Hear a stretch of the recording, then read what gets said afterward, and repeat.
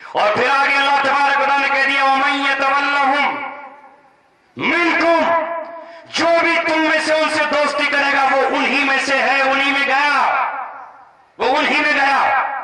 کل جب ہندوستان میں جنگ آزادی ہو رہی تھی تو ہمارے علماء کرام نے، اس ہندوستان کے تمام علماء نے، تمام فرقوں، تمام مسلکوں کے علماء کرام نے، چاہے وہ کوئی بھی ہو، انگریز کے خلاف متفق اور متحدہ فیصلہ لیا تھا کہ اس کی فوج میں بھرتی ہونا حرام ہے۔ یہ کل کے لیے تھا فتویٰ، آج کے لیے نہیں ہے۔ جب ہم آپ مر جائیں گے تب دے گا کوئی فتویٰ، ہمیں تو ضرورت ہی نہیں ہے۔ کل یہ فیصلہ کیا گیا تھا کہ انگریز کی فوج میں بھرتی ہونا حرام، آج تو اس کی فوج میں جانا حرام نہیں بلکہ واجب و فرض۔ کل یہ فیصلہ لیا گیا کہ اس کا ہاتھ کا بنا ہوا کپڑا پہننا ہمارے لیے صحیح نہیں۔ اتنا زور شور سے یہ تحریک چلی، نمک چھوڑو آندولن چلا، نمک نہیں کھائیں گے اس کا بنایا ہوا، چاہے بغیر نمک کے کھانا پڑ جائے، ان کا بنایا ہوا ریشمین کپڑا نہیں پہنیں گے، سلک نہیں پہنیں گے، یہاں تک کہ کھدر پہنا۔ یہ تحریک ہمارے مسلمان علماء کرام نے اس زور کے ساتھ چلائی کہ ہندوستان میں رہنے والا موہن چند چرخہ کاٹنے پر مجبور ہو گیا اور کہا بھائی میں بھی پھر اپنے لنگوٹی باندھنے کے لیے کھدر ہی کا استعمال کروں۔ نفرت اس حد تک بچے پر پیدا کر دی گئی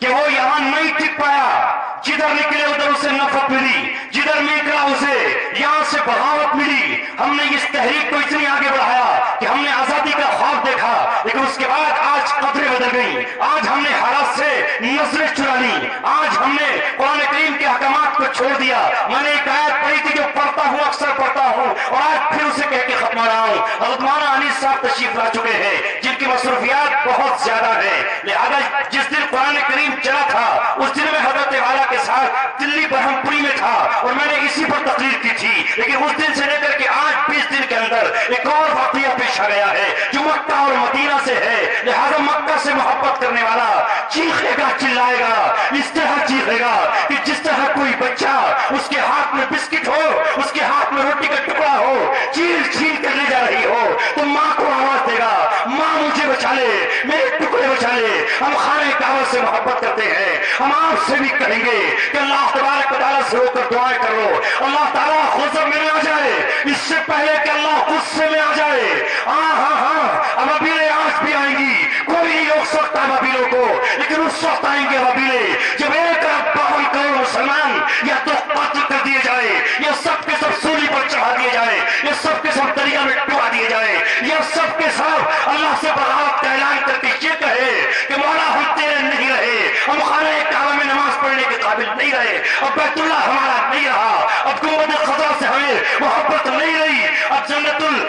البقیع میں سونے کی تمنا نہیں رہی۔ جس دن سارے مسلمان بغاوت کا اعلان کریں گے، رب اس دن یہ کہے گا ابابیل کبھی عبد المطلب نے ٹکا سا جواب دے دیا تھا کہ مجھے تو اپنے اونٹوں کی پرواہ ہے، مجھے خانہ کعبہ سے کیا لینا، جس کا گھر ہے وہ جانے۔ آج یہ امت یہ کہہ رہی ہے تو ابابیل تیری آج پھر خانہ کعبہ کو بچانے کی ضرورت نہیں۔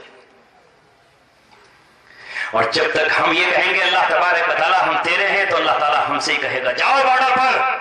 جاؤ میرے کعبے کی حفاظت کرو، جاؤ تمہاری ذمہ داری ہے، تم نکلو یہ مت دیکھو کہ 3 ہے یا 313 ہے، نکل پڑو کمی کی ضرورت پیش آئے گی تو میں نے جبریل کس کے لیے بنایا ہے، میکائیل کس کے لیے بنایا ہے، میں نے طاقت و فرشتے کس کے لیے بنائے ہیں۔ وہ جبریل جب حضرت عبداللہ بن مسعود کے بازو میں کھڑا ہو سکتا ہے اور حضرت عباس کے ہتھکڑی لگا سکتا ہے تو تمہارے پاس وہ فرشتہ کیوں نہیں آ سکتا؟ معاش تم کچھ بھی تلاش کرتے رہو، دنیا کو نہ جانے کس کس کی تلاش ہے، مجھے تو اس مجمع سے، مجھے تو اس مقام سے، مجھے تو اس سنبل کی سرزمین سے سید سالار مسعود قاضی رحمت اللہ علیہ کا نیزہ آج بھی انتظار کر رہا ہے، ان کا نیزہ آج بھی انتظار کر رہا ہے۔ ان کے نیزے کا مذاق مت اڑاؤ، ان کی روح کو تکلیف مت پہنچاؤ، ان کے جسم پر بھالے اور خنجر مت چلاؤ، اس کی روح آج بھی ہمیں پکار رہی ہے۔ بہرائچ میں اس کا مزار ہے، یا تو وہاں یادگار ہے یا تمہارے ہے یادگار ہے۔ یہ سالار کیوں کہلایا، یہ قاضی کیوں کہلایا، اس کا نام مسعود کیوں ہے؟ وہ کس لیے ہندوستان آیا تھا؟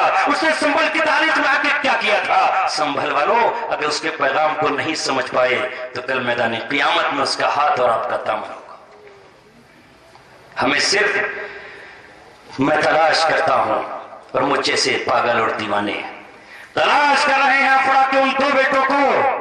جو میدان بدر میں کھڑے ہو کر کچھ نہ مانگے، نہ پانی مانگے، نہ کھجور مانگے، نہ اپنے ہاتھوں میں پہننے کے لیے سونے کی چوڑیاں مانگے، نہ سر پہ دوپٹہ مانگے، ماں سے صرف یہ کہہ کے آئے کہ ماں ایک ہی ٹارگٹ ہے، ایک ہی نشانہ ہے، ہمارا نشانہ ابو جہل ہے، ہمیں ابو لہب سے مطلب نہیں ہے، ہمیں اتبا اور شیبہ سے مطلب نہیں ہے، ہمیں جہاد کے سردار سے مطلب ہے جس کا نام میرے نبی نے جہاد کا باپ رکھا ہے، جاہلوں کے سردار کی طرف جائیں گے۔ افرا نے سینے سے لگایا اور یہ کہا کہ بیٹو صرف دو کام تمہیں کرنے ہیں، یا تو اس کا خاتمہ کر کے میرے پاس آؤ گے اور یا اپنا سر دے کر کے پھر میرے پاس آؤ گے، دوسری تیسری چیز میرے لیے گوارا نہیں ہوگی۔ اگر میرا دودھ واقعی حقدار ہے تو ابو جہل یہاں سے واپس مکہ نہ جائے، اس کے باہوں پر لگے ہوئے شتر مرغ کے پر یہی اتر جائے، اس کے ساتھ جو ناچنے گانے والی طوائفیاں رنڈی آئی ہیں سونے کے شراب کے جام لے کر، وہ شراب یہی چھڑک جائے، ان کی جسموں پر پڑ جائے، یہاں سے ماتم کرتے ہوئے جائے اور مکہ میں ہمیشہ کے لیے رونے پر پابندی لگ جائے۔ وہ محفظ معاذ کہاں ہے؟ کہاں ہے؟ وہ دو مل جائیں، آج کے ابو جہل کی طرف لگتے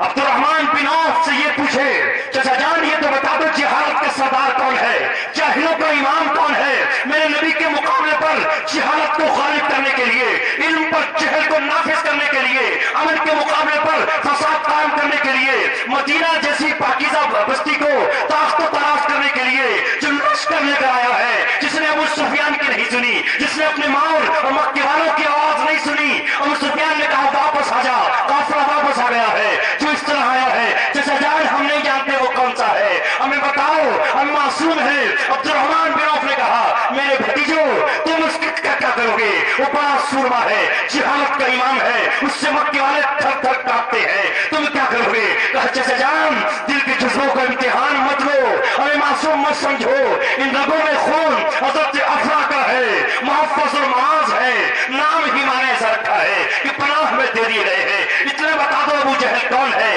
عبد الرحمن بن عوف نے کہا بھتیجو وہ ہے جو گھوڑے کو اوڑ لگا کر کے سامنے دشمنوں کو اکسا رہا ہے، جو دائیں جانب بھاگ رہا ہے، جو بائیں جانب لپک رہا ہے، جو پیچھے کی جانب مڑ کر کہہ رہا ہے مٹا دو، لوٹ ڈالو اپنے پیروں سے، یہ ہے کہتے ہیں عبد الرحمن بن عوف، یہ سیرت میں لکھا ہے، احادیث میں لکھا ہے، اور دارالعلوم دیوبند کی سلامتی کو اللہ تبارک و تعالیٰ بقا تحفظ عطا کر دے، اس کے تعبیر نے اسے چھپا دیا ہے، لہذا انہوں نے عبد الرحمن بن عوف کہتے ہیں پلک جھپکنے کی ابھی زبان سے لفظ کہے ہیں کہ دونوں بچے ابو جہل کے گھوڑے کی طرف بڑھے، وہ گھوڑے پر تھا، یہ پیدل تھے، وہ اپنے جسم پر لوہے لگائے ہوئے تھا، یہ طرح ننگے ہاتھ اور ننگے بلند تھے، اس کی گھوڑے کی ٹانگیں کاٹی اور اس کے بعد جہالت کے سر پر ایسا وار کیا کہ جہالت دوبارہ اٹھ نہ سکی۔ اور حضرت عبداللہ بن مسعود جو امام ہے علماء کا، مفسرین کا، محدثین کا، قرآن کا مفسر ہے، اس نے آخری مرتبہ اس کو پیغام دے دیا کہ نبی کے مقابلے کوئی جہالت کبھی نہیں پنپے گی۔ آج بھی ہماری لڑائی انسانوں سے نہیں جانوروں سے ہے، جاہلوں سے ہے، جہالت کے اماموں سے ہے، اور انشاءاللہ یہ نظریہ کبھی ختم نہیں ہوگا۔ دنیا اگر یہ سمجھتی ہے کہ خالد بن ولید ایک شخص کا نام تھا تو غلط سمجھتا ہے، اگر کوئی سمجھتا ہے کہ طارق بن زیاد ایک شخص کا نام ہے تو غلط ہے، دنیا یہ سمجھتی ہے کہ اگر صلاح الدین ایوبی کسی ایک آدمی کا نام ہے تو غلط ہے، صلاح الدین چلا گیا، اس کے نظریہ آج بھی باقی ہے، طارق بن زیاد دنیا سے چلا گیا لیکن آج بھی اس کے ماننے والے، اس کے نام پر کتابیں لکھنے والے آج بھی موجود ہیں، اس کی تاریخ بتانے والے آج بھی موجود ہیں۔ جب بھی کوئی جبرالٹر پر پہنچے گا، مولانا تقی عثمانی جیسا سفر نامہ لکھے گا تو اپنے قلم سے لکھ مارے گا اور یہ کہے گا یہی مقام ہے جہاں طارق بن زیاد نے اپنی کشتیاں جلائی تھی، تو آج بھی اپنی کشتیاں جلا کر عیسائیوں کی بیٹیوں کو زنا سے بچانے والے آج بھی موجود ہیں اور قیامت تک موجود رہیں گے۔ جب کبھی عورتیں گرفتار ہوں گی تو محمد بن قاسم کوفہ کی سرزمین سے 17 سال کا نوجوان موجود ہے، آج بھی ہماری کتابوں میں، ہمارے نظریات میں۔ کسی ایک شخص کے خاتمے کے بعد نہ اسلام کل ختم ہوا تھا نہ آج ختم ہوا، انشاءاللہ ثم انشاءاللہ یہ مجمع، یہ حالات، یہ باتیں اللہ تعالیٰ کے فضل سے ہیں، نہ میرے اختیار میں نہ آپ کے۔ اللہ تعالیٰ مجھے اور آپ کو عمل کی توفیق عطا فرمائے۔ ایسے ہی آپ بیٹھے رہیں گے، حضرت مولانا انیس صاحب، حضرت مولانا عبدالخالق صاحب میرے استاد محترم تشریف فرما ہے، بڑی بڑی شخصیات۔ میں تو اپنی ضرورت سے مشکل سے اگر کہیں جانا بھی چاہوں تو نہ تو کوئی مسافر کے لیے اٹھے گا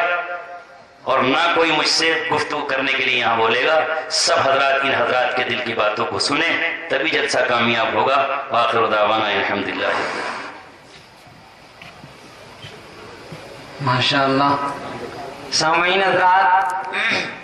بڑا پرسکون ماحول ہے، حالات سازگار ہیں، یوں ہی پرسکون ماحول بنائے رکھیے گا،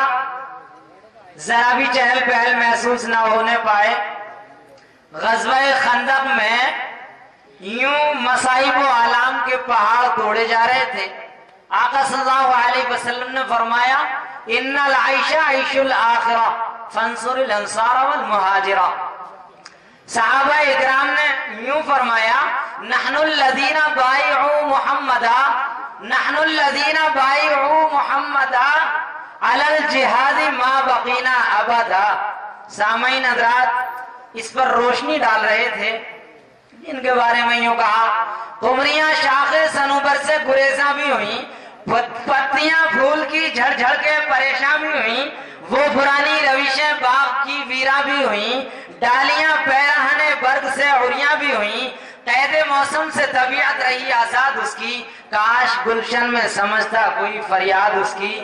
زمانہ بڑے شوق سے سن رہا تھا، تم ہی چل دیے داستاں کہتے کہتے۔ سامعین حضرات، آپ تمام حضرات میں بڑا جوش اور خروش نظر آ رہا ہے، اور یہ ہمارا اور آپ کا آج کا یہ عظیم الشان پروگرام ہماری سرزمین سرائے ترین سنبھل ضلع مراد آباد یا ہندوستان ہی کی سرزمین پر نہیں سنا جا رہا، بلکہ یہ پروگرام راکٹ ٹاک انٹرنیٹ پر ملک بیرون ملک میں سن رہے ہیں لوگ، اور جن شہروں کے لوگوں نے اپنے اپنے پیغام بھیج کر یہ بتایا کہ ہمیں یہ پروگرام بہت اچھا لگ رہا ہے، اور مقرر کو یوں ہی بیٹھائے رکھیے، دل چاہتا ہے کہ سامنے سے نہ ہٹنے دیا جائے۔ ان میں وہ لوگ ہیں مشتاق حسین طائف سے سعودی عرب، خان صاحب دبئی سے انہوں نے میسج بھیجا، حاجی محمد صاحب نے ممبئی سے میسج بھیجا ہے،